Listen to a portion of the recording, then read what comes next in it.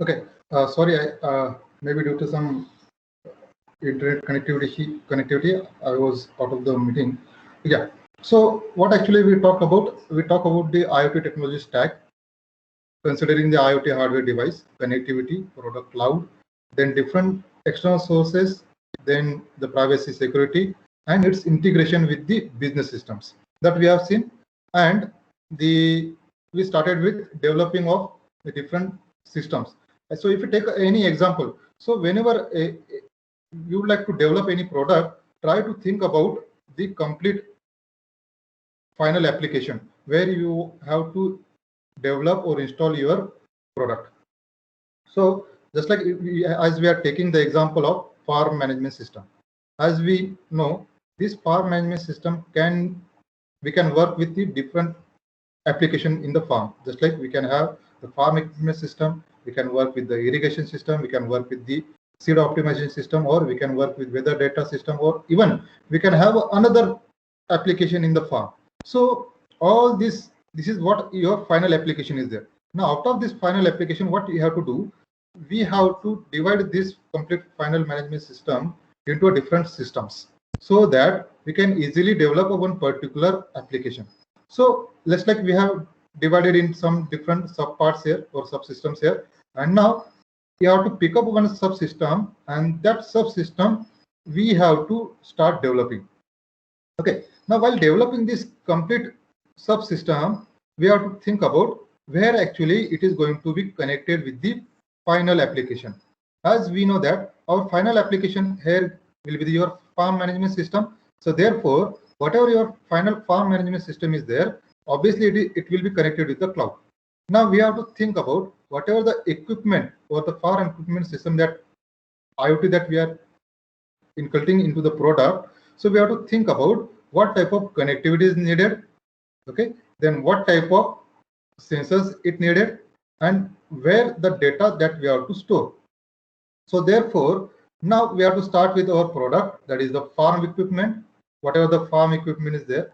Then we have to think about what data you would like to collect. Okay, so depending on the features of your product, or depending on the data required to automate your complete system or to manage your complete farm, then whatever the data required for you, depending on that data, now you have to think about the different sensors. Now, whatever the sensors are there, that sensors we try to connect with your product. Now, what happens now? Once you connect the sensors with your product becomes a smart. Okay, but try to understand here. Due to the adding the sensors does not make it a IoT enabled device. It just makes it a smart, because whatever your physical hardware, okay, or mechanical hardware we had, that now becomes a smart, which is giving you the different, which is giving you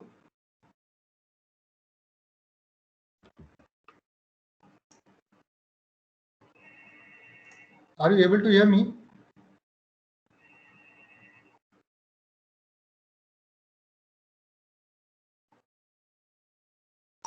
Yeah, thank you. So now whatever your smart product is there, that is giving you some data. Okay, and now it is our task to make this device or whatever the farm equipment is there to be the IoT enabled, or we can say a connected product. So to give a name, that is the IoT enabled, or we can say a connected product, now we have to add the connectivity. Now we have to think about the location, the way of your equipment, what is the environment of your product is there, what type of the mechanical work that your product is going to do there. Okay, and depending on that, now we have to add the connectivity. So as if you have a farm is there or equipment is there, we know that it is continuously moving. So whether you would like to make automated farm equipment that has to do its own task, or you just want a manual equipment where you are just collecting some data, just like say you have a tractor is there, okay, and somebody a man is moving that tractor through a farm, but there are some sensors you are connected at the bottom, which is collecting your soil data. What is the nutrients are there? So such type of data you are collecting. In that case, your equipment is not the automated equipment, but whatever the data that we are collecting is now automated. Now, what is the another thing that we have to do? We have to connect our equipment for the smart product with some cloud. Okay, so while connecting with the cloud, now we have to think about our connectivity, correct? So when we think about the connectivity, depending on your environment, now choose either the Wi-Fi, Bluetooth, or you may have LoRa, or you may think about Zigbee. So any type of connectivity. Even we can think about the just simple SMS-based techniques, or you may think about the GPRS. So any type of techniques that you can think, and that connectivity you can add into your product. Now this is up to us how we are going to select, because there may be a possibility the man who is driving the tractor will have a mobile phone, and there is at the bottom of your tractor there is some sensors connected, and that data you would like to want to send into a mobile phone which is having a tractor driver. So obviously there is no need to have LoRa or other technologies, because simple by using a Bluetooth or a hotspot or Wi-Fi technology with the mobile phone to your sensors, you can get that data. So this is what the simple connectivity technology that you can select at this location. Okay, and now once one product get developed, now develop the different equipments with, okay, once one product get a smart product, okay, then convert another equipments into a smart.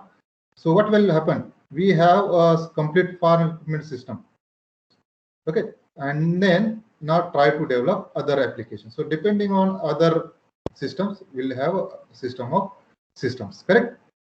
So basically this is what the way generally we are using in developing different application in our research, as most of the faculty members with us and the research scholars, we are working with some of the industries, even the CDEC and the CSIR, and we are having the same approach that we are using. Okay.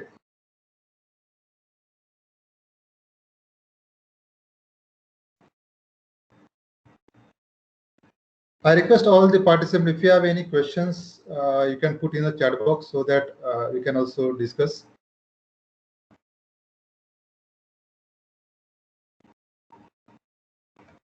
So we'll think about the physical IoT architecture. So basically what happens? We have to think about two things. One is the device level and the another is network level. You can see here, this is what the IoT stack that I have shown. So these are the three levels that we have to think about. That is the IoT hardware, connectivity, and the product cloud. Okay, so generally the product cloud is the software-based IoT application development is a separate part generally people do. So generally most of the electronics engineers, computer science engineers, they think about these two parts. That is the IoT hardware device and its connectivity. So we have a device level designing is there, and another is network level designing is there. So at the device level, we have a thing is there, that is any physical or mechanical hardware, and then we have a sensors and actuators, then we have a communication is there, or the connectivity devices are there. These connectivity devices are connected to a gateway, to the internet, through the gateway. So there will be another connectivity between your edge devices with the gateway, and from the gateway it is connected with the internet, and then it is connected with the servers. So that is what the complete flow is there for any IoT architecture. So this is I know most of you already know. Okay, so our main generally focus comes with this part, that is the development of a smart thing or a smart IoT device that we generally focus. That is how we have to pick up one controller.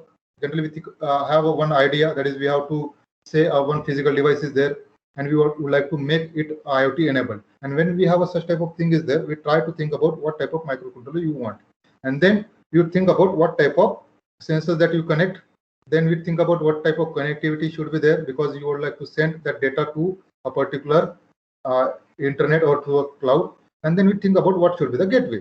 Either you directly use your mobile phone as a gateway, or you may select your router, or you may select a Raspberry Pi as a gateway. So you have a different selection is there of your products in this location. Okay, so we'll talk about only this part. Okay, because we have another expert is there who is going to talk about this complete cloud-based systems for the IoT on 4th day.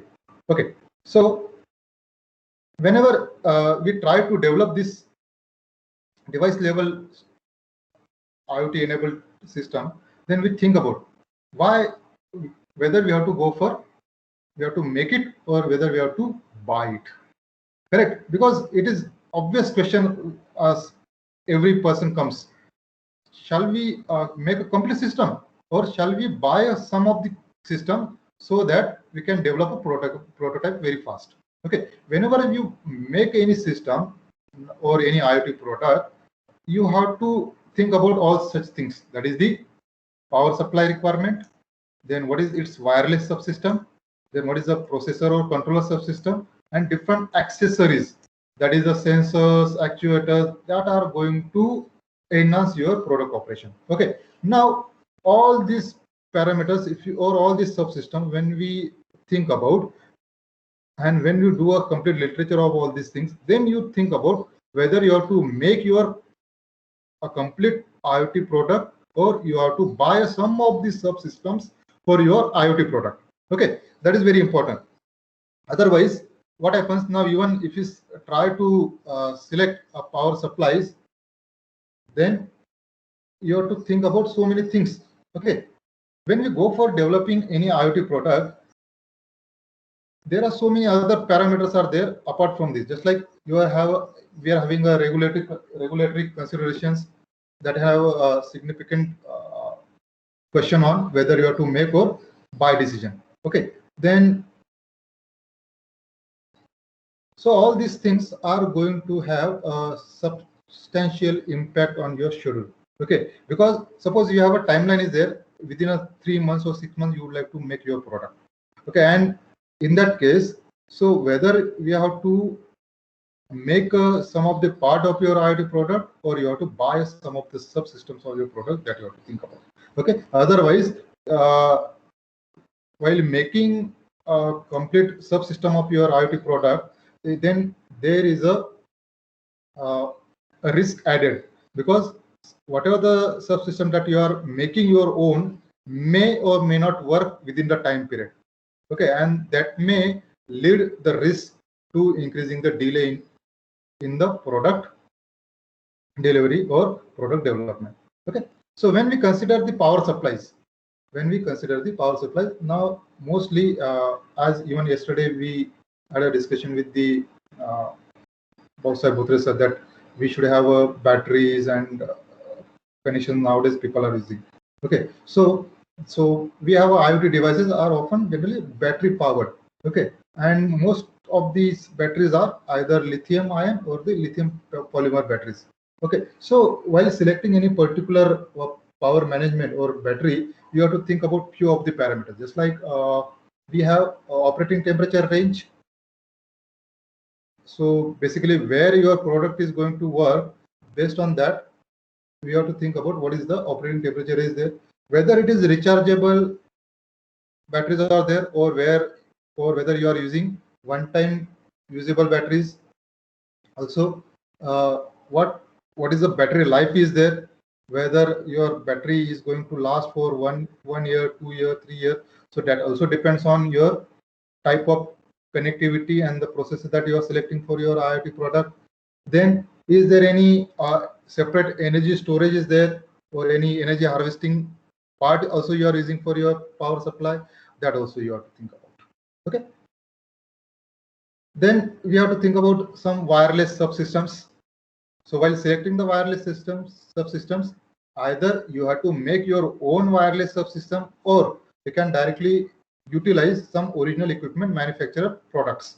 That helps, or that is the models that I think you know. That is, we have a Wi-Fi models are available, we have a Bluetooth models are available, we have a LTE WAN models are available. So all these models directly we can buy, and we can connect them in your complete IoT product. This reduces the developing time or testing time of your IoT product. Okay. There are so many other parameters are there, just like your processor modules, and when we go with the processor subsystems, just like we have to think about what type of RAM, ROM, then we have what type of different protocols it is supporting, what are the hardware connections it is supporting. So many different things are there that we have to again think about. So therefore, any developer or any researcher has to think about all things, whether we have to make it or whether we have to buy it. Okay. So I'll give you one of the example here about the wireless subsystem, and let me compare. If you make it, what will be the different criteria there, and if you buy it, what will be the different criteria there, and how different hurdles you will have when you make your own wireless subsystem, and what easy or how fast you can develop your system when you buy some of the ready OEM wireless subsystem models. So let us take an example. So this is a custom wireless design where which you are trying to make your own, and another is you are directly buying a wireless module and you are adding that wireless module in your product. Okay, so let me try to think of one of the criteria, that is a component cost. Okay, so when we think about the cost, if you make your own custom wireless design, obviously the cost of your custom wireless design will be lower. But remember that when you make this design or custom system, that should be in a large quantity, then and then only it is going to be the lower your cost. Otherwise, it is always will be higher than the wireless module that you are buying.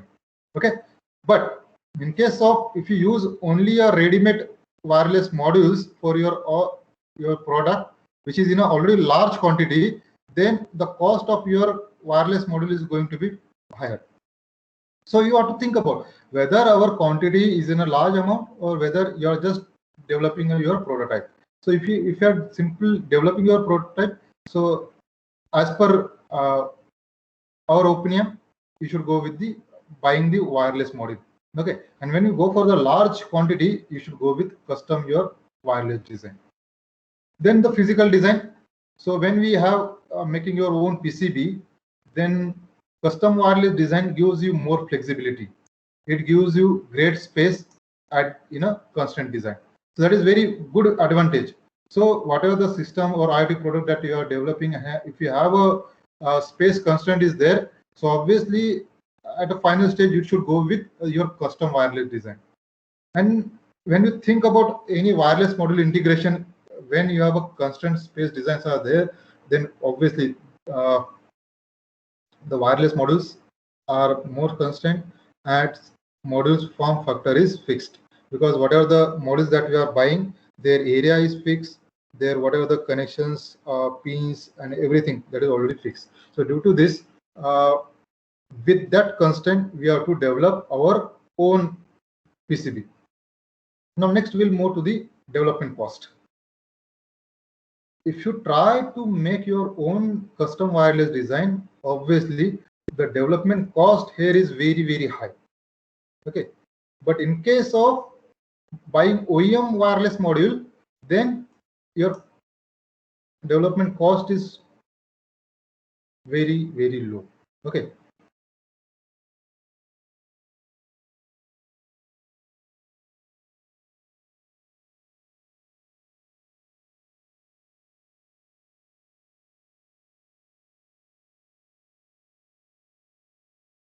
So that is why whenever if you are developing your idea, so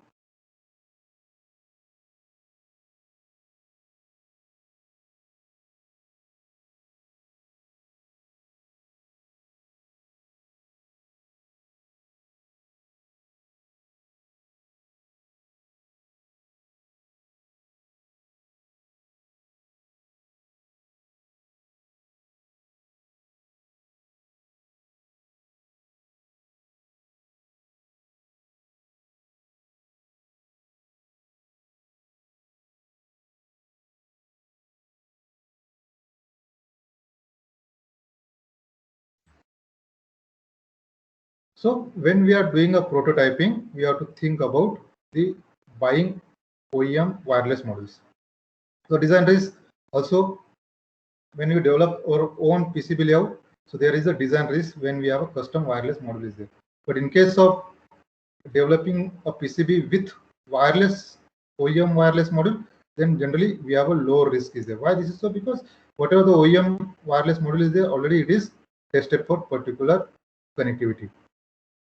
Time to market, again, when we have a custom design, generally the longer time is there, whereas with the OEM models, your time to market is shorter. Then the production test, likely to require production line calibration with consequent test equipment capital cost. We have to have a complete production line so that we are having a custom wireless design development. But in case of buying a simple OEM wireless module, we don't think about all these things. Then the protocol verification, all these things we have to think about in case of custom design. In case of OEM design or OEM models, it is already certified by your vendors. Then different certifications, again, as a if you are making your own custom design, then all these permissions you have to take care of. Okay, you have to test your product and you have to get all this certification. But in case of taking or buying a OEM module, where the vendor is there or manufacturer is there of your OEM module, generally they take care of about all these certifications. Okay, so we don't think about all this certification while using all or making your own IoT product. If you are having a components which are OEM models and which are already certified by their own manufacturers. And again, if you think about the wireless design, then we think about the antenna design. It is very difficult to develop the antenna design with the wireless or custom design. But in case of OEM model, it is already inbuilt, and so it reduces the development time, cost, everything for your IoT product. I hope you are understanding this, whether you have to make or buy a product. So if you consider this part, that is using OEM models, the most of the advantages are there. That is, your development cost is lower, design risk is lower, time to market is shorter, production test is also limited. Okay, then protocol verification already verified by the vendors or manufacturers, then certification already tested by your manufacturers. Okay, even antenna design or other parameters already done by your manufacturer or the vendors. So what is the, as a researcher, what we have to do? Generally, we have to go for buying the most of the models, not to make your own design. Okay, but once you test your prototype, obviously then you have to go for making your own custom design. Okay, so what is the prototyping platforms we have? So we understood that this prototyping platform proves the merit of your idea and the functionality to a smoothly running manufacturing setup. Okay, therefore it is very important to test our idea using prototyping platforms. Okay, and we have to, because we can modify so many functionality in the prototype itself. So when we go to the field or when we go to the final product, we try to get all the features from your prototype. Okay, so we'll come to our main part of this lecture, that is the how we can select the IoT prototyping hardware platforms. So I have divided in two types of these hardwares. One hardware for the node and the another hardware for the gateways. So when we select about the nodes mean the edges where our controller, which is going to collect some data from your sensors, and the gateways, which are generally connected with your clouds, which are connected with the internet. Okay, there may be option that some devices which may have act as a node as well as the gateway. Just like the Raspberry Pi, it acts as a node as well as gateway. Okay. So now if you see the example here, the Arduino, which is connected with some of the sensors and which is connected with some connectivity here, the Zigbee is there. So this part is going to be as a sensor node. Okay. And now this Zigbee, one of the Zigbee is connected with your Raspberry Pi. So you can say that whatever the data that we are sensing from the sensor node, we are sending it to the IoT gateway. Now this Raspberry Pi is connected with the local database, and it is also connected with the cloud database through a internet connection. So this is going to be your IoT gateway. So you have a choice. I am not saying that this should be like this. So we should have a choice. Either you should select a particular controller for your sensor node, and also you can select a particular hardware for your gateway. Now, remember that from this slide, I am talking about the prototyping platform, where we have to buy a directly module for your development of particular IoT node and the IoT gateway. So what are the different components that we have to consider in case of when we have to select a particular hardware and software? So basically we have to think about specification development, then what is the constituent design is there, then what is the prototyping and testing is there, and then we have to think about what is the time is there for developing your hardware and software, which is we are integrating into a network. Okay. So try to use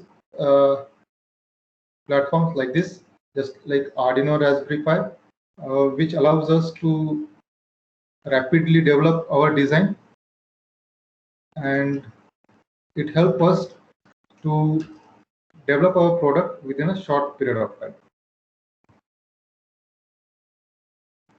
So when we think about a particular IoT node, we have to think about 4 parameters. One, data acquisition and control. Then we have to think about what is the data processing and storage is there, and what type of connectivity your node is providing, and whether there is any power management is available. So depending on all these parameters, now we have to think about whether the hardware that you are selecting is having all these parameters, whether it supports the acquisition and control protocols. Just like there may be possibility your if you take an example of Arduino, it has only one I2C port, but it does not support multiple I2C ports. You have to go for different software libraries. But in case of if you go with a ESP32, it has a multiple I2C port, it has a multiple SPI ports, it has a different more number of analog pins. So again, it provides a good connectivity. It has a fast data processing than the Arduino. It also gives us a separate memory, flash memory for the storage, and also the power management in the ESP32 is also good. Apart from this, it also provides the security protocols development itself in the controller. So if you compare simple Arduino and ESP32, then we understand that most of the parameters with the ESP microcontroller has richer than your Arduino. Okay. So let me think about the data acquisition and control. So what is this part is going to do? It gathers your either analog or digital data.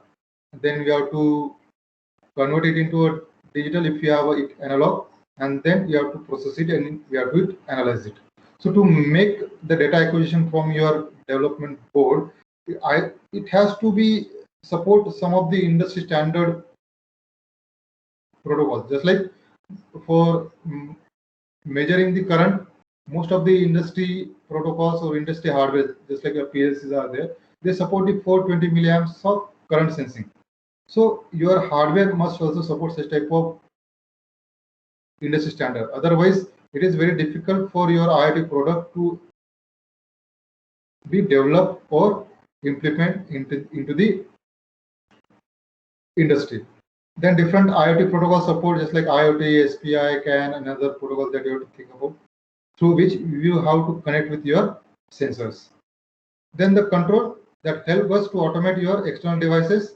Okay, so therefore we have to again think about whether your controller or your platform is going to provide you digital output support, or it is also giving you the PWM based output support. Then we have IoT data processing and storage. As we know, most of the IoT devices require a specific data processing, and it also needs a specific capability for storage of your data.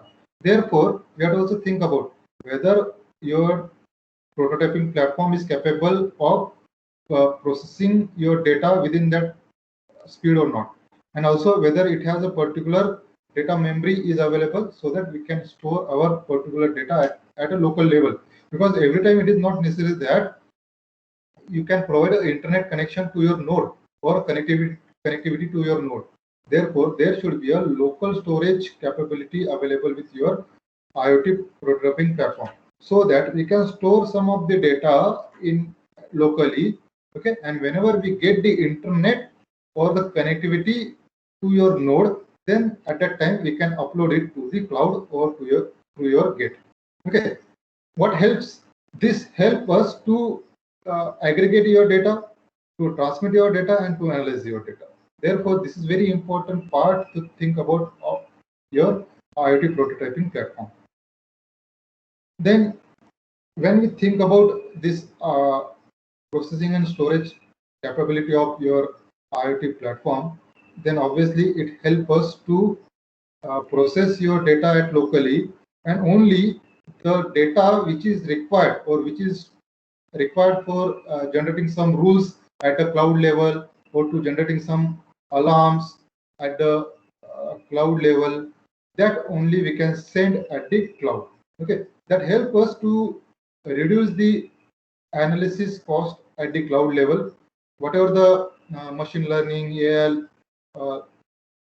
algorithm that we are developing at the cloud side, so getting the limited data or less data from your node itself increases the speed of your analysis. So therefore, generally people do one thing, that is the edge analytics. So at the edge itself, we do the analytics. Why this is so? Because when we do everything at the cloud, it is very difficult for the Indian scenario. Just like the farm application, we know that whether you'll get the internet in your farm or not,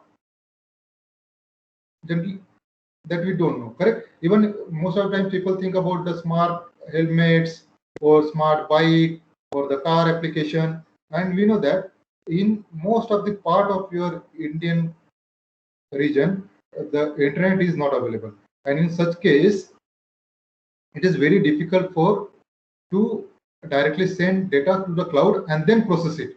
So what we have to do, we have to analyze the data at the node itself. That is, we are calling as the edge analytics. And while doing this edge analytics, the processing capability and the storage capability of your prototyping platform should be, or whatever the hardware or controller that we are selecting, should have a good processing and storage capability. Then the connectivity, obviously, as I have said, whatever, think about what is your final application. And when we think about the final application, then select the top-down approach. That is, whatever your final approach is, whatever your final application is there, in that final application, this is what the connectivity should be. Connectivities are available. And whatever the connectivities are available, depending on your application, now that connectivity you have to select in your controller application or controller prototype platform. Okay, so as already in the last lecture we had different prototyping or connectivity platforms we are seeing. That is the 802.11 Wi-Fi. We have a Bluetooth, RFID, cellular networks are there. Or nowadays we are talking about LPWAN, and there is a proprietary some of the connectivity is available, just like the Sigfox and NB-IoT is there. LoRa nowadays people are implementing mostly for the application where the data rate is very less and the connectivity range is large. And also people can think about the wired communication.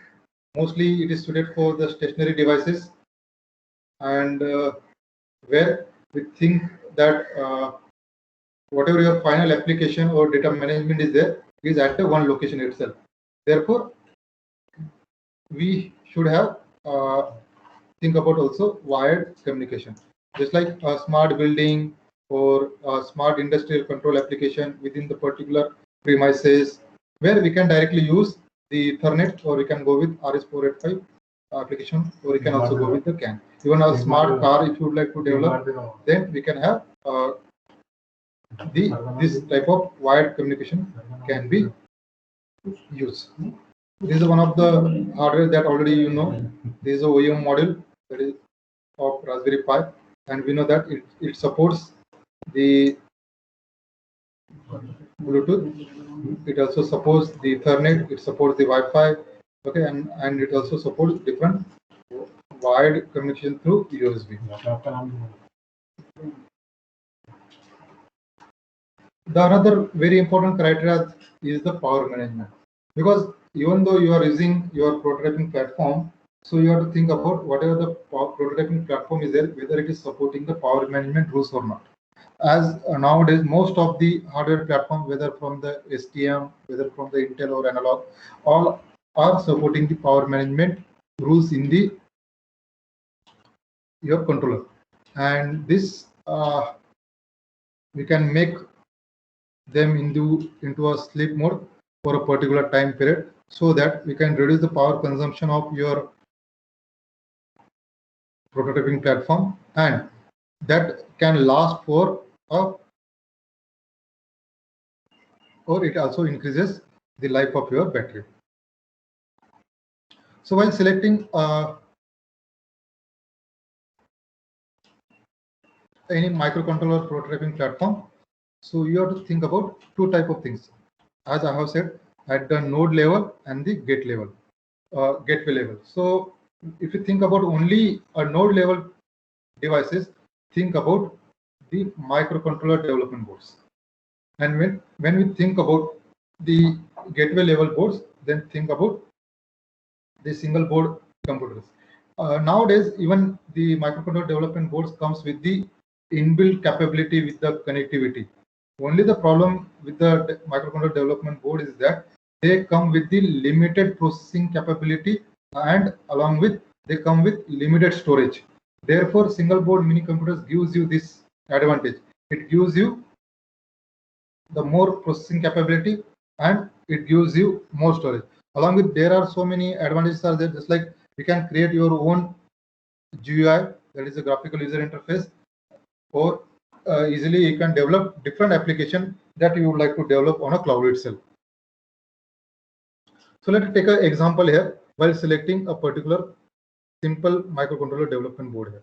So I have compared here three devices, one Arduino, another is a particle electron, and the another is ESP8266 Mode MC. I can see here I have whatever the parameters that we have discussed in the last slides, that is the data acquisition, data processing, connectivity, power, and few other devices are just like the cost. Now these all four parameters or five parameters we have compared with these three devices. If you do this comparison for your device, whatever the different prototyping platforms are available in the market, then easily you can understand whether whatever the prototyping platform they are module you are using for your application, is it suitable for your application or not.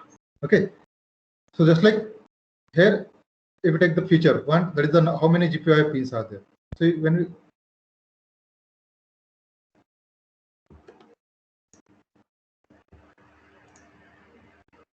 as we see, there is an Arduino board. How many pins we know? Generally, it has a 6 analog and 14 digital pins are there. Out of this 14, 6 can be used as a PWM. But when we go to the particle electron, it has a 12 analog pins are there. Apart from this, it supports 2 analog out. Okay, Then it has 30 digital pins and it gives you 13 PWM pins. So that is good advantage there in terms of GPIO pins. And if you think about the ESP8266, it has only 12 digital and only 1 analog pins there. So if you need more analog pins, so you have to think about Arduino or the Particle. If you think about you need more number of digital pins, you have to think about the Particle, and also you can go with the Arduino or ESP8266. Correct? Then the logic level, the Arduino and Particle, the Arduino generally supports the 5 volt, whereas the Particle and ESP8266 goes with 3.3 volt. Let's think about the data processing speed and the storage capability of the microcontrollers available on these boards. As we know, the processor available on the Arduino, it comes with the Atmega 328, whereas the processor available on the Particle, that comes with the 32-bit STM ARM Cortex M3, whereas on a ESP8266 it comes with the 32-bit Tensilica L1106. Now, see here. So these are the so generally we know the Atmega 328 comes with the 8-bit processor only. So with the processors available on a Particle and ESP8266 have the more bit processor there, and these both controllers are very fast than your Atmega 328. As you can see, the processor speed, if you compare these boards, the Particle runs at around 120 megahertz, and your Node MCU runs at around 80 megahertz, whereas the Arduino generally runs at 16 megahertz. Okay, so that is not the 16, correct? So that runs around 8 megahertz to 16 megahertz. So we have very less speed is there for your Arduino, whereas in case of particle board or the Node MC board, the processing speed is very high. Now let's think about how much storage is available for developing your code and storing your data. So in case of Arduino, we have a 32 kilobytes of flash and 1 kilobytes of EEPROM is available. But in case of Particle, now see, we have almost 1 MB of flash is available and 128 bytes of RAM is available. Now in case of Node MCU, only a flash of 1 MB is available. So again, depending on the application, we have to think about whether the required memory is sufficient for your application or not. And when we think about the connectivity, generally the simple Arduino Uno board does not come with any type of connectivity. Nowadays, we have a Arduino board comes with the connectivity also, but their cost is compared with the Particle and Node MCU is very high. Okay, so as we know, the Particle Electron comes with integrated cellular modem. That is, it has inbuilt 2G and 3G modem is there. So we don't need extra gateway. Directly we can connect with internet through this 2G, 3G modem available on your Electron. Okay. In case of Node MC, we have an integrated Wi-Fi is there. If we even compare ESP8266, ESP32, we have an integrated LoRa and integrated Wi-Fi is also, integrated Bluetooth is also available. Now in case of power, generally around 400 to 500 milliwatts of power your Arduino generally consume. But in case of Particle, Electron and your Node MCU, they consume around 50 to 100 milliwatts of power.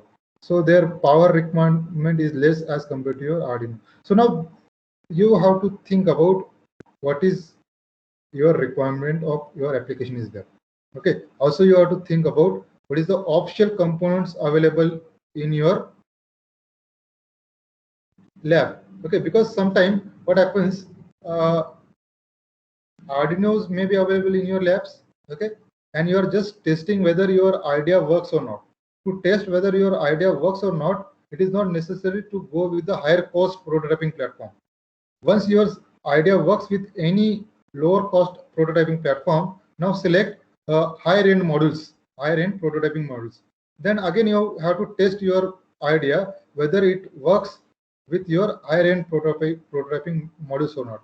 It gives you the superior features than your previous stage. And once you are okay with your this stage, now you can develop your custom design. Because you can see here, the comparison of typical cost. Generally, Arduino comes with the $20. Then the Node MC comes with the $10. Okay, these are the cost in terms of original boards. But if you buy OEM boards, that is generally their costs are lesser than this. Now, if we compare a few boards here for the gateways, now I compared here the Raspberry Pi, BeagleBone, and the Dragon board. Okay, actually, I have compared in the same category of boards because I am not comparing with the mini computers with the microcontroller board. So here I am just comparing the mini computers. Okay, that comes under the Raspberry Pi, BeagleBone. Then you have Intel and Dragon boards like this. So you can see here, so many nowadays these mini computers comes with the different GPIO pins and logic levels. They come up with very good processors. They have very good processing speed and memory storage, as well as the processing memory. Then they come up with so many different protocols like Wi-Fi, Ethernet, or that is a connectivity interfaces. They come up with so many power management systems, and depending on the cost, now we have to go. So, and while selecting the mini computers for your application, very important part is the community support available. Because what happens most of the times, researchers or the students or the faculty generally we tell the student that you do this application and buy something. And such type of generally applications are nowadays available on the internet, and we try to develop that application. As we know that the hardwares nowadays are coming in the market are updated one. Even the softwares on which your hardware are running, they also come with the updated software stacks. So what happens now? Sometimes whatever the ready code is available on the internet, that starts giving you some of the errors, and at that time you stuck, because just like if you see a Dragon board, its community is very less. But in case of BeagleBone, its community is also larger than your Dragon board. But if you think about the Raspberry Pi, it has the largest community on the internet. So if you stuck at a particular level, then easily you can get whatever your issue or problem is there, and you can get the solution for it.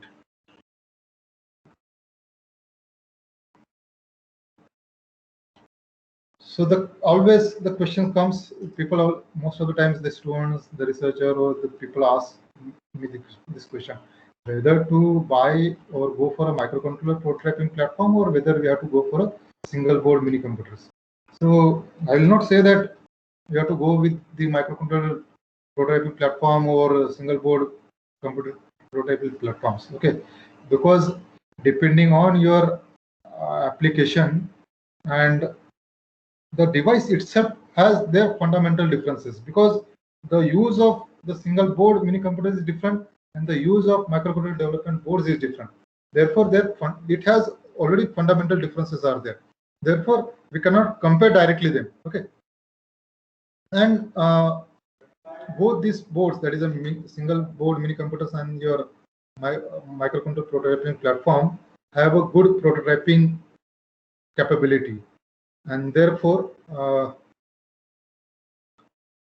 we have to think about whether to go with the single board computers or the microcontroller development boards. Only the advantage with the single board mini computer is that it gives you more onboard features. So if you need more onboard features, then obviously you have to go for the single board mini computer. Otherwise, if you don't want to develop your own GUI on the microcontroller itself, because you have already cloud is there, on the cloud itself your complete application is developed, you just want a data from your node.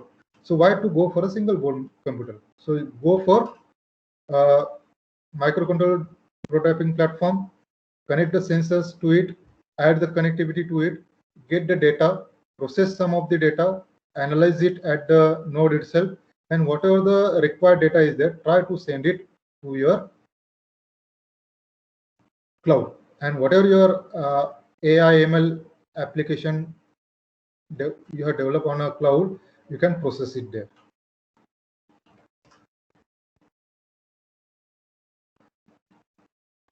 So what are the criteria that you can use when you're selecting a development board or mini computer? So do this one.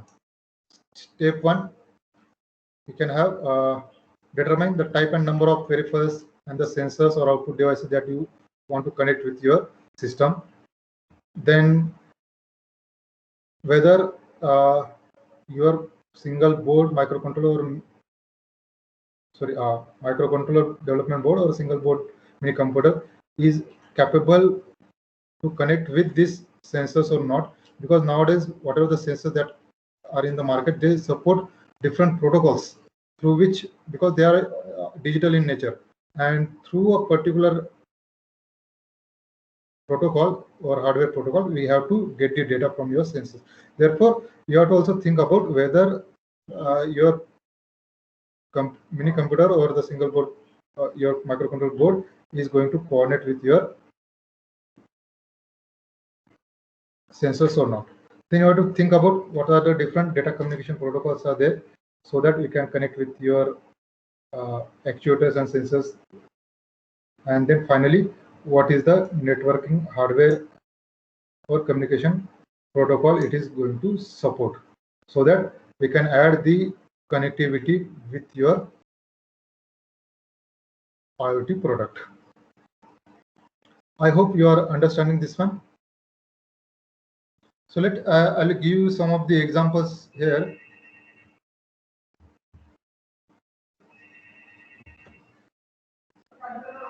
Can you put one message in a chat box whether I am audible to all of you?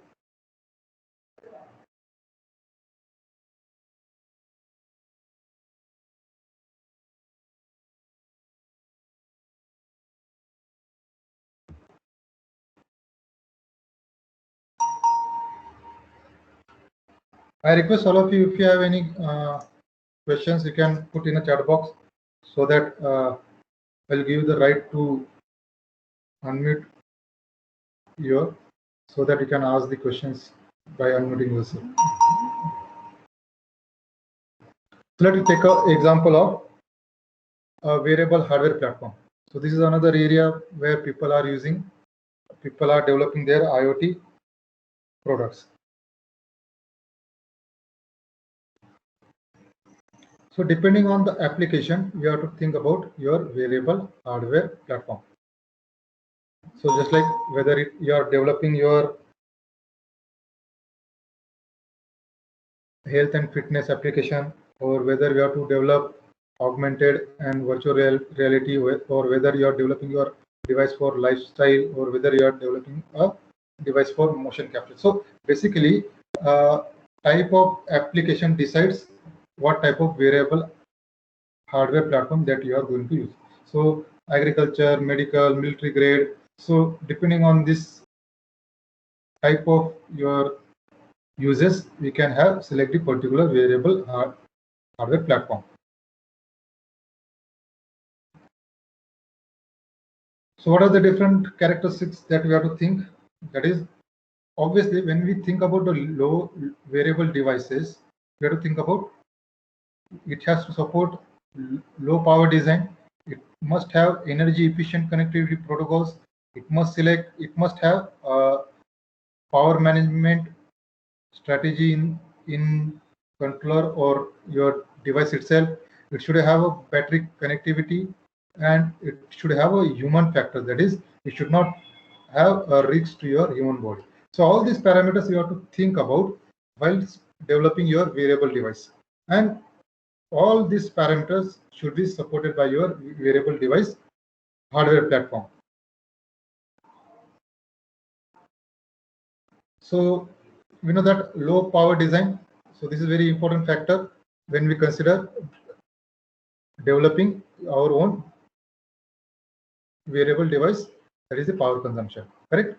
So as we know, when we do a wearable devices for your medical purpose, then there are so many complex things are there. Just like we can measure so many health related data. So we have a SpO2 there, heart rate is there, or we may track the person.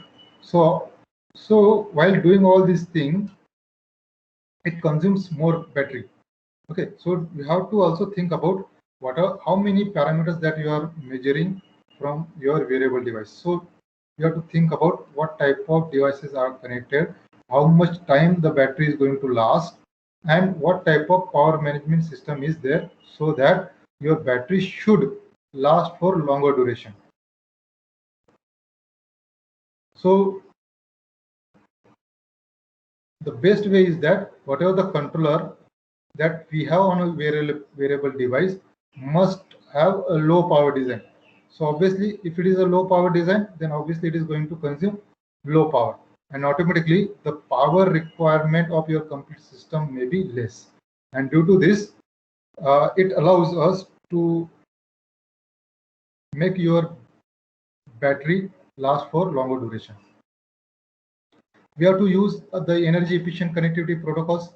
Why this is so? Because if you even just consider the Bluetooth 2, okay, or the Bluetooth 4.0, they consume more power. But if you consider the Bluetooth 5, now it consumes very less power, thanks to the beacons used in the Bluetooth 4 and Bluetooth 5, because it connects whenever you send the data.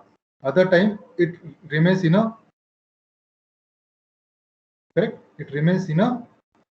sleep mode, so it consumes less power. You know that nowadays we have a Bluetooth based remote controls are there for your TVs, and you know that these remotes last for 1 year to 2 years.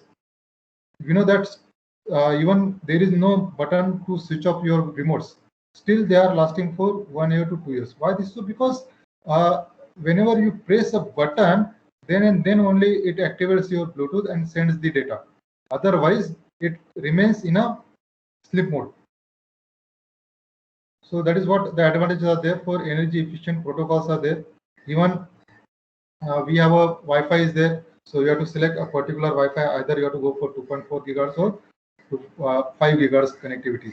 As we know, the 5 gigahertz provides you the large bandwidth, but its power consumption is very large as compared to 2.4 gigahertz. But the 2.4 gigahertz gives you less bandwidth. It gives you large range. Okay. Then you should select right power management, so that our batteries should last for a longer duration. So either depending on the space and the space constraint available with your device, you have to select either the lithium ion batteries or lithium polymer batteries. And the last, the human factors, whether any hazards are going to be caused by your wearable device. So that also we have to think, because you have to also think about whatever the connectivity protocol that you are using, whether Wi-Fi, Bluetooth is there, whether its emissions are going to harm your body. So that also you have to think. So while getting your OEM module for your wearable device, that is the prototyping module for your wearable device application, you have to check whether all the certifications, just like the FCC, then your UE, so all this or any medical certifications are there that are certified by your vendor or not.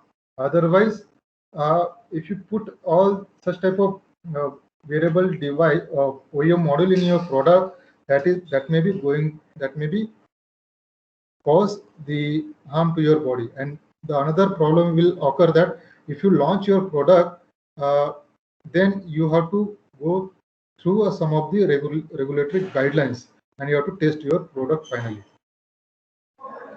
This is the example I have given here. That is the RSL 10 model from the ON Semiconductor Devices. Now you can see the size is only 1 centimeter by 1 centimeter. So this total size is only 1 centimeter. And now this 1 centimeter size, what are the things it is giving you? It gives you lowest power Bluetooth low energy device inbuilt in this, that is the RSL 10. It has motion sensing and data processing, that it consists of 3-axis accelerometer, 3-axis gyroscope. It has a programmable microcontroller is there. So you can have all these things on board. Then we have a digital geomagnetic sensor. Then we have a integrated environmental sensor for mobile and wearable application. It has ambient light sensor. Now if you see the size of this device, easily you can fit this module or this prototyping module in your wearable device for the product that you are developing. So I think developing a wearable device with your own custom design will be difficult now, but if you use this prototyping development board or kit in your application, this is giving you the rapid testing of your wearable device. And obviously whatever the product that you are launching, the time to market will be very less. Correct? I will not go much more insight into the different features of this development board. This is the another application that I'm showing here. This is the Rockzik IoT prototyping and development platform, which is already available in the form of smartwatch. Okay, so what any type of smartwatch that you would like to develop, that you can design by using this platform. So why to develop your own custom design initially? Try to go with this platform, develop your own smartwatch, and now then finally develop your own custom design so that you'll have your own product. So you see how many things it is going to offer. It offers so many sensors, accelerometer, gyroscope, then magnetometer. It also supports low cost, low power Bluetooth 5.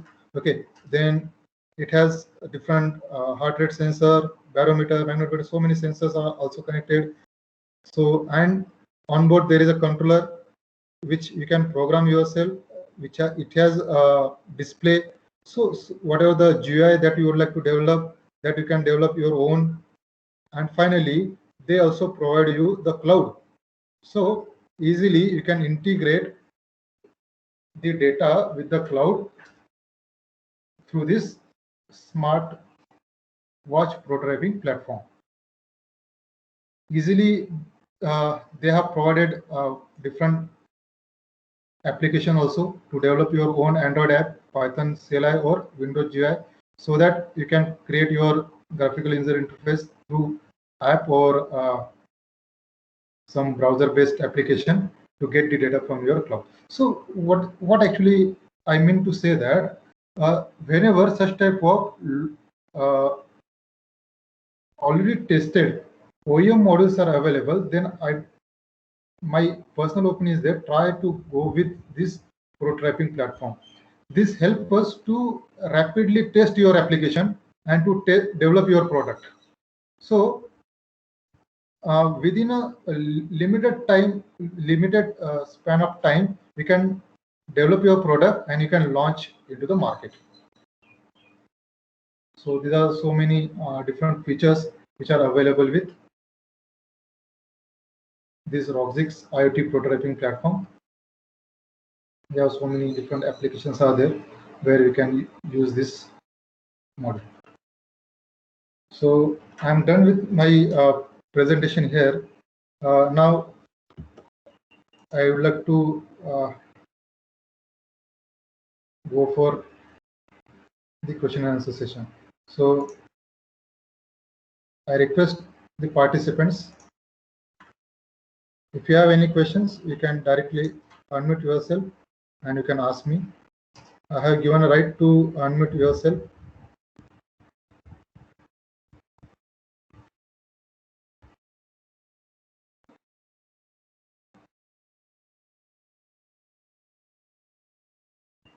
Or you can put your questions in the chat box also.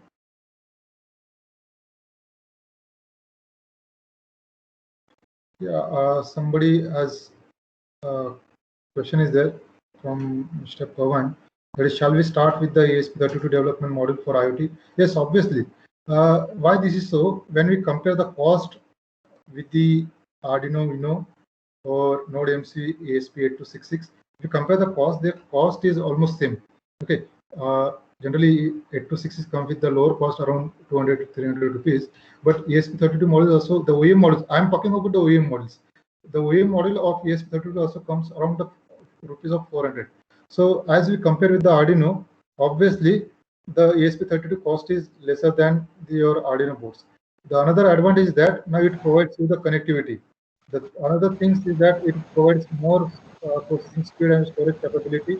So there are so many advantages are there. Either that you have to go with ESP32. The problem with the ESP32 development model is that the community available for Arduino is very larger than the community of ESP32.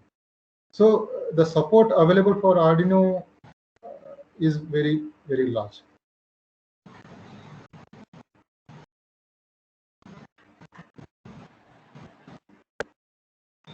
Gurpreet Singh, would you like to ask a question?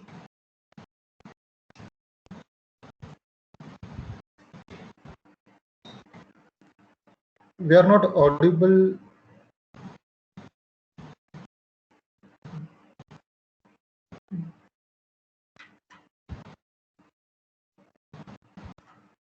Gurpreet ji, your voice is not clear. Will you please put your question in the chat box?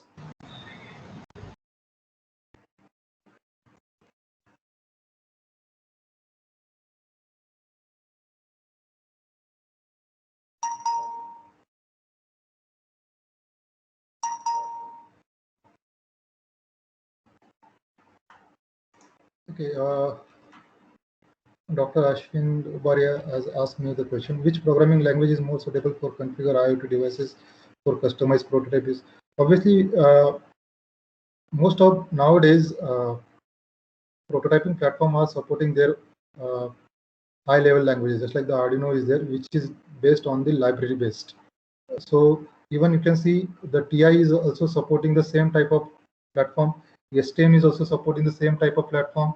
Espressif is also supporting the same type of platform.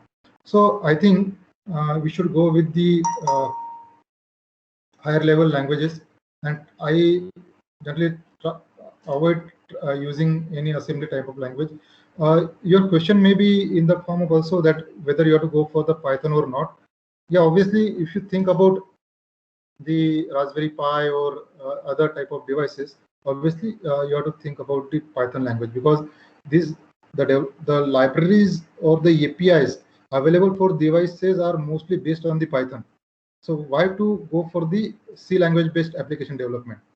So I urge you to go with the Python based application there for the language for your application development.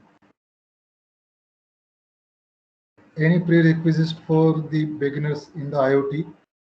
Yeah, see, when we do any, as even yesterday, Sri Bausaheb Bhutre sir said that even the Dr. H.B. Devsarkar sir told that in European Unions or in USA or in some different countries, these IoT or Arduino based development of systems have started in 5th and 6th grade students.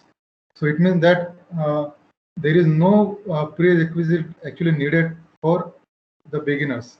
Only you should have some knowledge of electronics, that is whether what is a pin is there, what is microcontroller is there, and what type of some sensors or actuators are there. So that and some of the programming language. But if you start with any programming language on your Arduino or even Python, easily based on the application development, you can easily learn this language and you can develop your application. Are there any some authorities approving AI system which having interaction with human or? Yes, obviously. So there is one question that are there some authorities approving AI system which having interaction with human or wearable system? Yes, there are so many authoritating systems are there. Just like in India, we have a BIS is there, which is approving all the electronic products. Okay, in European Union, we have another approving bodies are there. In US, we have another approving bodies are there. Okay, we have a special session is there in the afternoon by Mr. Pratik Baheti, who is going to give you more insight about how we have to test our product and what are the different certifications are needed for all these wearable medical devices and electronic systems. So I think he will be the good person to give you more detailed answer for your questions, sir.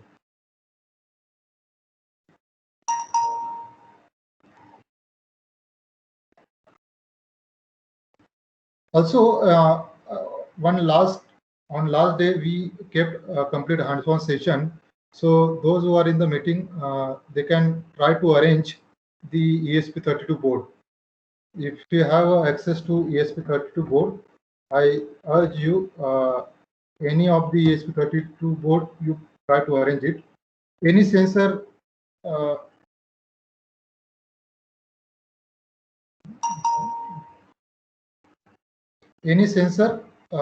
you can keep with you, whether it is LDR or DHT11 or any type of sensor that you can keep with you. If you just arrange the ESP32, even if you do not arrange any type of sensor, just arrange a microcontroller, that is the ESP32 board.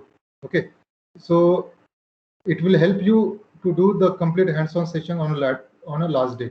That is the programming your IoT board, then sending your data to the cloud, then controlling your hardware board from the cloud, and again getting that data through your Android app from the cloud itself. So that will help you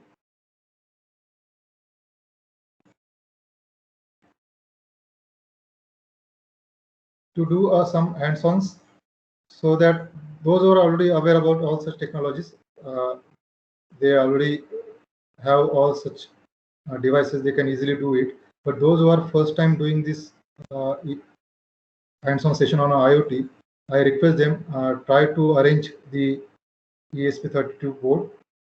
I will put what are the necessary things required for you, so that in our WhatsApp group, so that you can easily do the hands-on session. I have also added the chat box.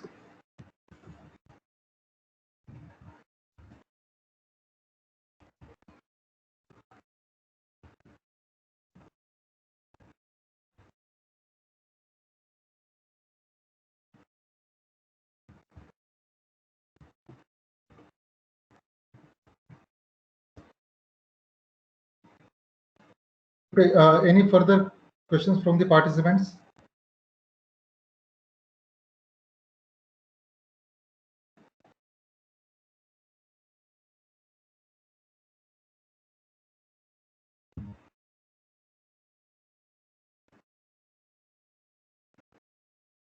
Okay, I think there is no question from the participants. So either you can, those who are trying to write in the chat, either they can unmute themselves or we'll stop here. So is there any online platform? Is there? No, actually we are doing the hands-on on hardware itself. Actually, last time we did the hands-on on a Tinkercell platform. That is also be possible. We'll try to go through the Tinkercell platform for the people who do not have the access to the hardware, but it will be a good if you have a hardware platform with you, so that you'll get the real feel of doing your IoT board, your own app, sending the data to the cloud and getting data from your cloud to your app itself.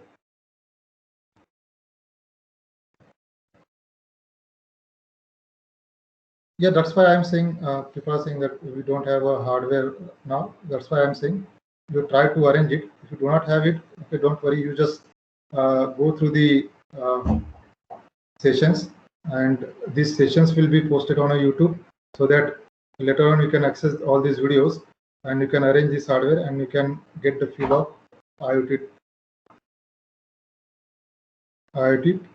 development or IoT product development. So with this, so thank you all of you. Now I'm closing this session for this. We'll again join at 1:30 p.m.